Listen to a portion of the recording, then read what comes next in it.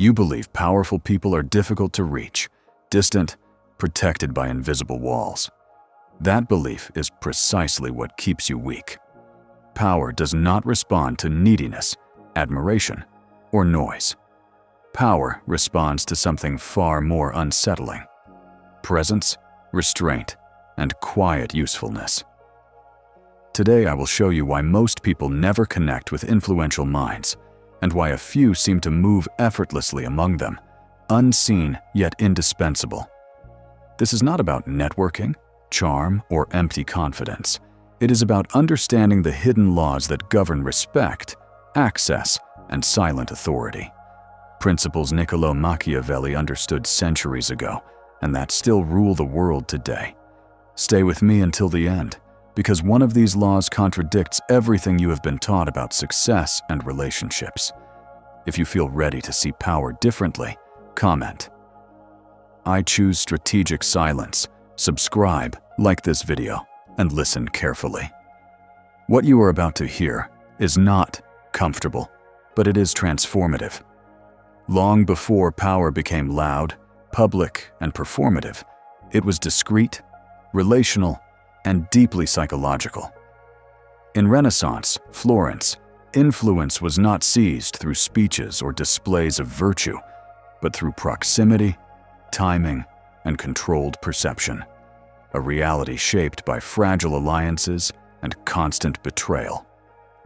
Power emerged from understanding human fear, vanity, and desire better than others understood their own. Ancient thinkers like Aristotle already knew that humans seek status and belonging more than truth, while the Stoics warned that dependence weakens the soul and clouds judgment. Over time, this knowledge was softened, moralized, and repackaged into harmless advice about being liked and visible. In an era wounded by insecurity and obsessed with validation, the true mechanics of influence were buried. What you are about to explore is not manipulation for its own sake, but a return to a forgotten literacy: how power actually recognizes its own.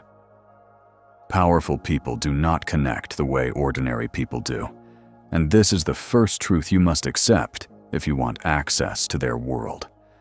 They are not searching for friends, admirers, or equals. They are searching for relief. Relief from chaos, from uncertainty, from emotional noise, from the constant pressure of decision and consequence. When you approach power with enthusiasm, explanations, personal stories, or the desire to be seen, you become another weight on their shoulders. This is why most attempts at connection fail before they even begin. You were taught to impress, to talk, to show value loudly, but power listens for something else entirely: calm relevance. The first law is this: power is drawn to those who reduce friction, not those who increase stimulation.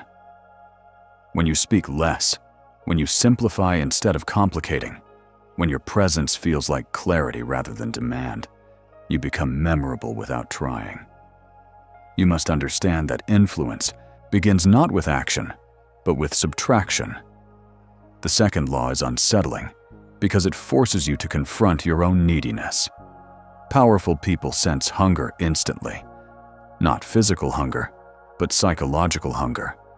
The need for approval, recognition, validation, or elevation. This hunger repels them because it signals risk. Need creates expectations, and expectations create future conflict.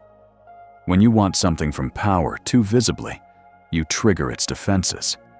This is why Niccolò Machiavelli emphasized control over appearances rather than declarations of intent. The one who appears whole, already complete, already occupied with his own inner order, feels safe to power. You must train yourself to want less from the interaction than the other person expects.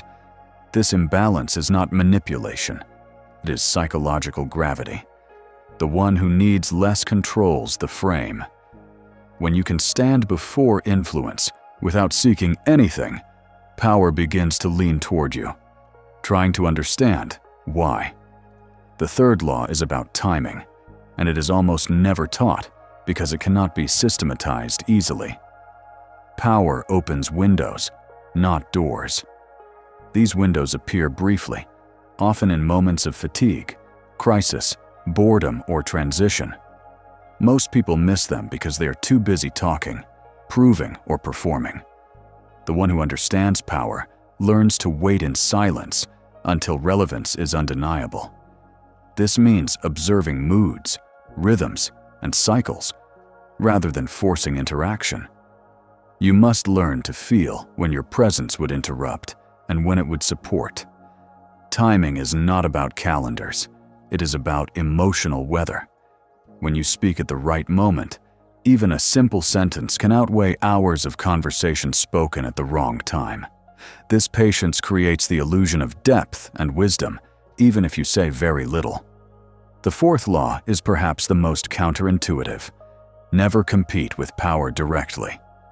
Competition signals threat, and threat activates elimination instincts. Intelligent people sabotage themselves by trying to prove they are equal, smarter, or more capable. Power does not reward mirrors. It rewards extensions. The goal is not to shine brighter than the source, but to become a surface that reflects its importance back to itself in a refined way. This does not mean flattery, which is transparent and offensive to sophisticated minds. It means alignment. You demonstrate that your thinking complements theirs, that your actions extend their reach, that your presence amplifies their objectives without challenging their identity. When power feels expanded in your presence, not diminished, it begins to protect you. The fifth law is about emotional neutrality. Powerful people live surrounded by emotional turbulence. People fear them, envy them, admire them, resent them, or attempt to use them. As a result, they develop acute sensitivity to emotional volatility. If you react strongly, over-agree, overshare, or display anxiety, you register as unstable. Stability is seductive to power. When you remain grounded, slow, and measured regardless of the emotional temperature of the room, you become a psychological anchor. This is not coldness, it is containment.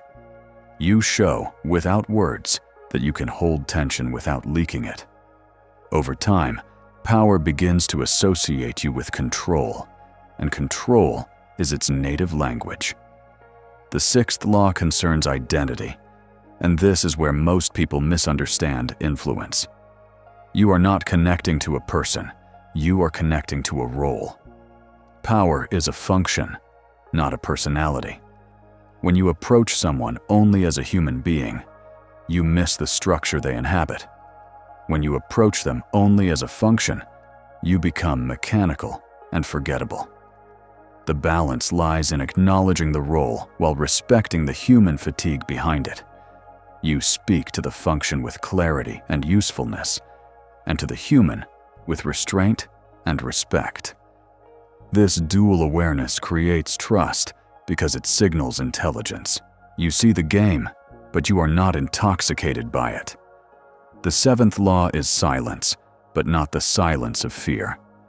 It is the silence of choice. Most people speak to reduce their own anxiety. Powerful people speak to produce effects. If your words are not creating clarity, direction, or relief, they are noise. Strategic silence forces others to fill the space, often revealing more than they intend. It also signals that you are not dependent on constant engagement to exist. When you answer briefly, when you pause before responding, when you allow moments of quiet to pass without rescuing them, you subtly shift the power dynamic. Silence becomes a frame in which others project meaning onto you, often attributing depth, intention, or strength where there is simply control. The eighth law is usefulness without attachment. This is where many misunderstand Machiavellian thought and fall into crude manipulation. True usefulness is not servitude. It is selective contribution. You offer value in ways that solve problems power actually cares about, not in ways that make you feel helpful. This requires observation and restraint. You do not over-deliver. You do not volunteer constantly. You intervene precisely, then withdraw. This creates scarcity, and scarcity creates value. When power cannot predict your availability but trusts your impact, it begins to prioritize you internally. The ninth law addresses ego, and it may be the most difficult to embody. You must allow power to feel superior without feeling inferior yourself. This inner balance is rare. Most people oscillate between submission and rebellion. The strategic mind remains centered. You let power take credit.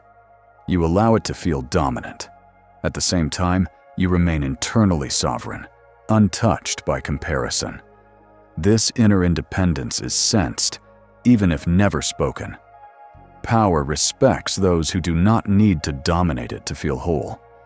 Paradoxically, the less you compete for dominance, the more influence you gain. 10th law is invisibility during conflict. When power is under threat, watched, or pressured, it remembers who adds tension and who reduces exposure. This is not the moment to advise loudly or to take sides publicly. It is the moment to disappear or to offer quiet support behind the scenes. Visibility during crisis is dangerous unless explicitly invited.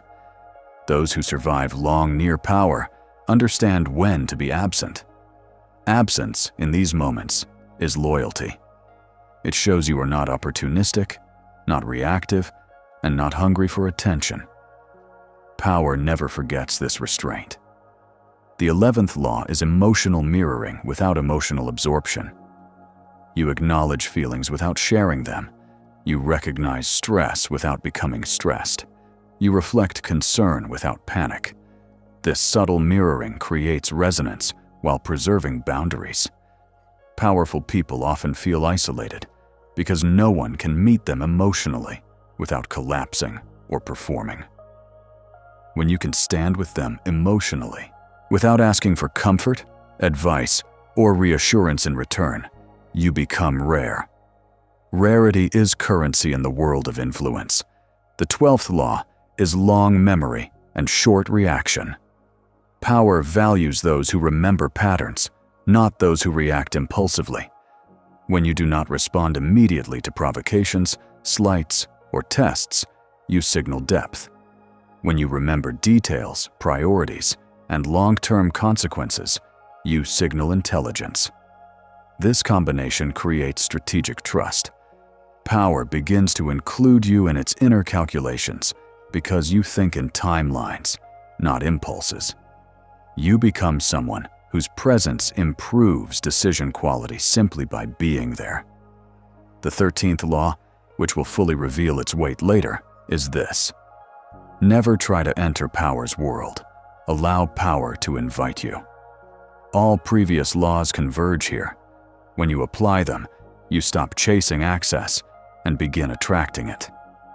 Invitations come not because you asked, but because your absence creates a gap. Power fills gaps, not demands. When you become someone whose absence is noticed, you have crossed an invisible threshold. At that point, connection is no longer something you seek, it is something you manage. What you must understand now is that these laws are not techniques to apply mechanically. They are inner shifts. They require you to confront your impatience, your ego, your fear of being overlooked. Power does not respond to those who rush toward it. It responds to those who stand firmly in themselves and allow gravity to do the work. In the next part, you will see how these laws can fail when misunderstood, how ego distorts them, and why modern culture trains you to violate every one of them without realizing it. Now you must understand why these laws are so often misunderstood, misused, or rejected entirely. The danger is not in the laws themselves, but in the ego that tries to wield them prematurely. Many people hear principles of influence and immediately translate them into tactics, masks, and performances. They begin to act silent instead of becoming grounded, to withhold words instead of mastering intention, to appear detached instead of cultivating inner sovereignty. Power is not fooled by imitation. It senses incongruence faster than sincerity. When you apply these laws without having done the inner work, you radiate calculation, and calculation without depth triggers suspicion. This is why some people who try to act Machiavellian repel power even more aggressively than those who remain naive. The laws demand internal alignment before external effect. The first illusion you must dismantle is the modern fantasy of authenticity as exposure. You have been taught that being real means revealing everything, sharing emotions, displaying vulnerability at all times. But power does not equate openness with honesty. In fact, uncontrolled openness signals lack of containment. True authenticity is coherence, not confession. It is the alignment between what you feel, what you think, and what you express, without excess or leakage. When you overshare, you outsource regulation to others. Powerful people cannot afford this. Neither can those who wish to stand near them. Silence, when chosen consciously, is not deception. It is self-respect. The second trap is moral vanity. Many reject these laws because they believe influence must always look kind, egalitarian, and emotionally warm. They confuse morality with comfort. Yet history shows that power operates independently of ideals. This does not mean power is evil. It means it is structural. Fire warms or destroys depending on proximity and control.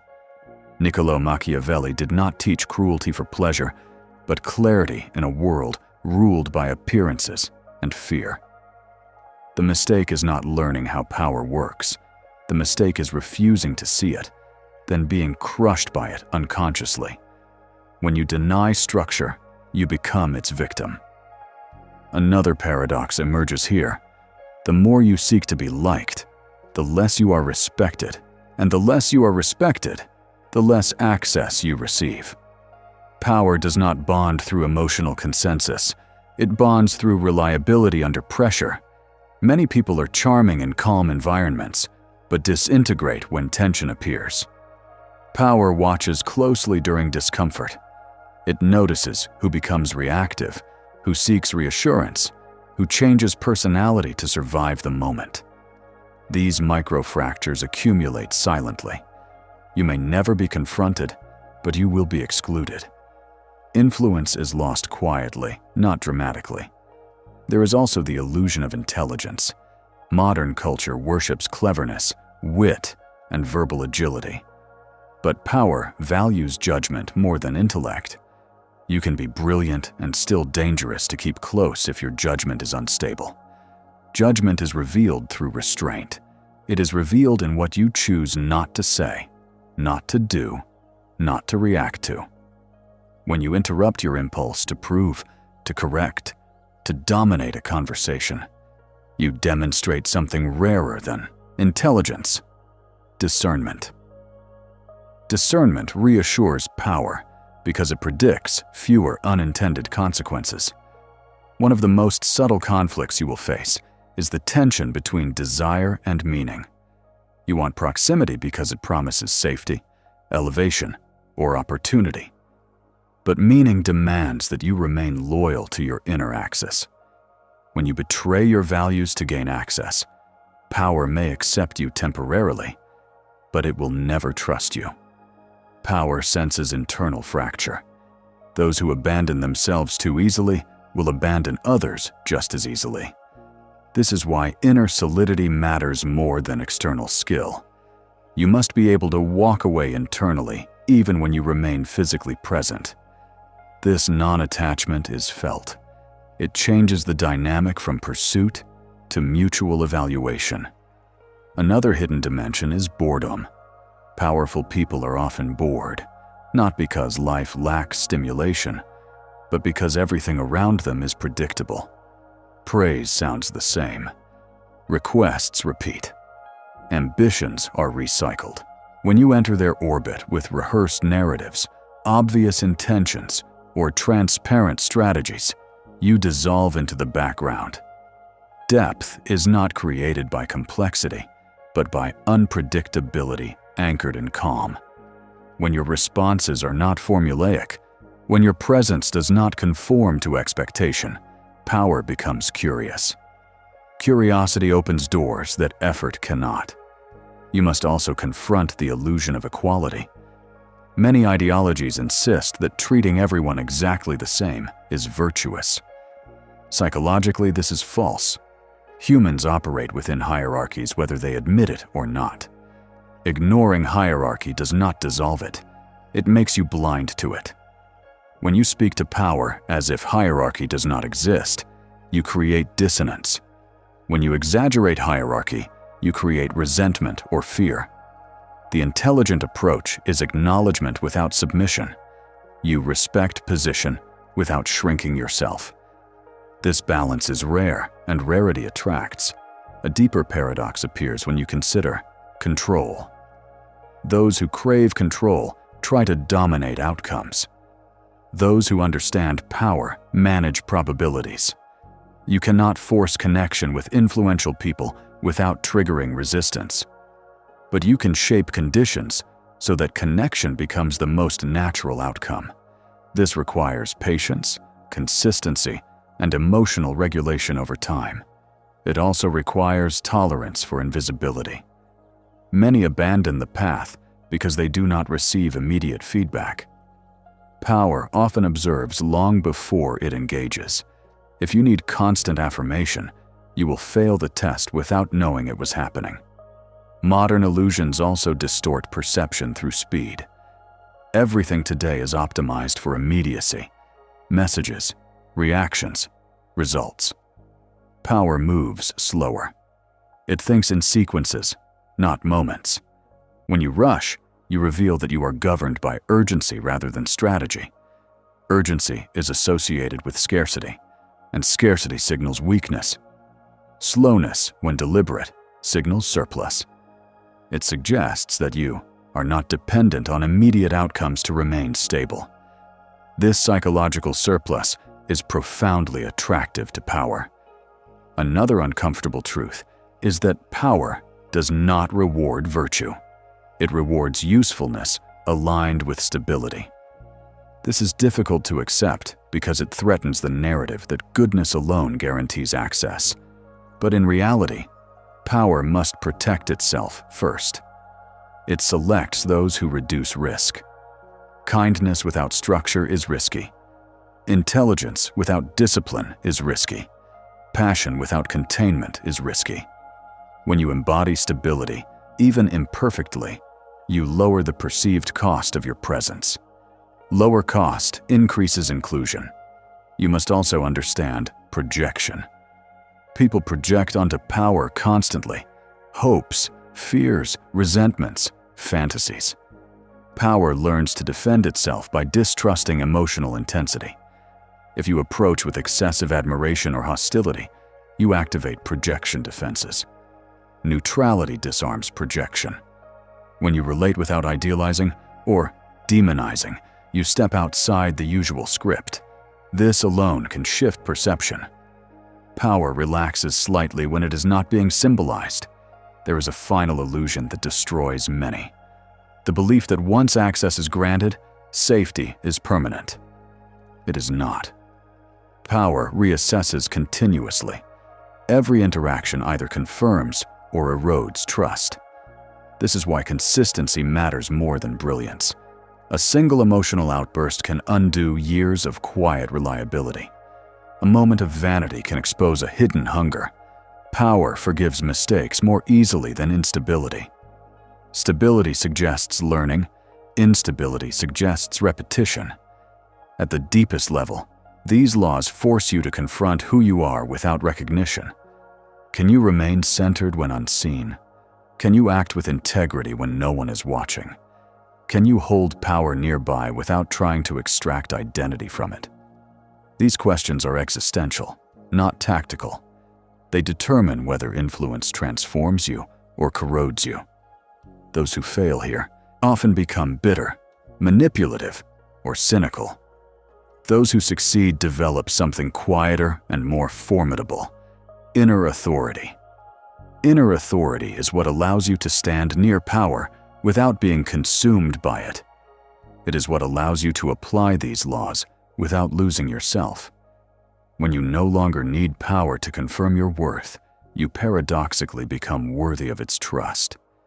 This is the final irony modern culture refuses to teach. Influence flows toward those who are not enslaved by its promise. In the next section, you will move from understanding to embodiment. You will learn how to practice these principles daily, how to recalibrate your behavior without becoming rigid, and how to protect your inner axis while navigating real-world dynamics. Knowledge without integration remains intellectual. What follows will show you how to turn these laws into lived reality without betraying yourself. Now you must translate understanding into behavior, because power is not persuaded by insight alone. It is persuaded by consistency over time. The first practice is internal and daily. Reduce inner noise. Each morning, before engaging the world, sit in silence for a few minutes and observe your impulses. Notice where you feel the urge to be seen, to prove, to speak unnecessarily, to explain yourself. Do not judge these impulses. Simply recognize them. This awareness alone weakens their control. When you are less driven by unconscious urgency, your presence naturally becomes calmer. Calm is the foundation upon which all influence rests.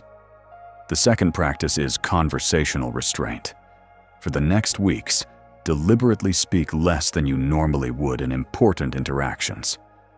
This does not mean becoming mute or withdrawn. It means choosing your words for impact rather than relief. Before speaking, ask yourself a simple question. Does this sentence reduce confusion, or does it serve my need to be noticed? If it is the second, remain silent. Over time, you will notice something unsettling but empowering. People begin to lean in. They start asking for your opinion. Your words gain weight because they are no longer abundant. The third practice is selective usefulness. Stop offering help broadly. Instead, observe carefully what truly matters to the people around you, especially those with influence. What problems drain their energy? What tasks they delay? What tensions they avoid? When you see an opportunity to remove friction in a precise way, act quietly and completely. Do not announce it. Do not seek credit. Let the result speak. Then withdraw. This rhythm of intervention and absence builds trust without dependence. You become associated with solutions, not noise. The fourth practice is emotional regulation under pressure. When tension arises, whether through conflict, criticism, or uncertainty, slow your body first. Lower your voice, reduce your movements, breathe deeply and evenly. Emotional control is contagious. When you remain steady while others escalate, you signal leadership without claiming it. This is especially important around powerful people who constantly scan for instability. Your ability to remain grounded during discomfort will be remembered long after the content of the discussion is forgotten. The fifth practice is identity separation. Remind yourself daily that your worth does not come from proximity to power. Write this down if necessary. When you enter an interaction without attaching your identity to the outcome, your behavior changes subtly. You listen better. You react less. You do not push. This inner detachment is sensed immediately. It prevents you from overinvesting and from shrinking yourself. Power respects those who are present by choice, not by hunger. The The sixth practice is timing awareness. Begin paying attention to emotional timing rather than logical opportunity. Notice when people are rushed, distracted, or emotionally closed. These are not moments for connection. Wait. Notice when fatigue, reflection, or transition appears. These are openings. This practice requires patience and humility because it often means doing nothing when your ego wants action. But restraint sharpens intuition. Over time, you will feel when a few words will land more deeply than many. The seventh practice is disciplined invisibility. There will be moments when you could speak, intervene, or position yourself publicly, especially during conflict or crisis. Train yourself to step back unless you are explicitly invited. Visibility at the wrong moment creates suspicion. Absence, when chosen deliberately, creates trust. This does not mean disengagement. It means support without spectacle. Those who matter will notice who did not exploit the moment. The eighth practice is long memory. Keep mental notes, not grudges. Remember patterns, priorities, and reactions over time.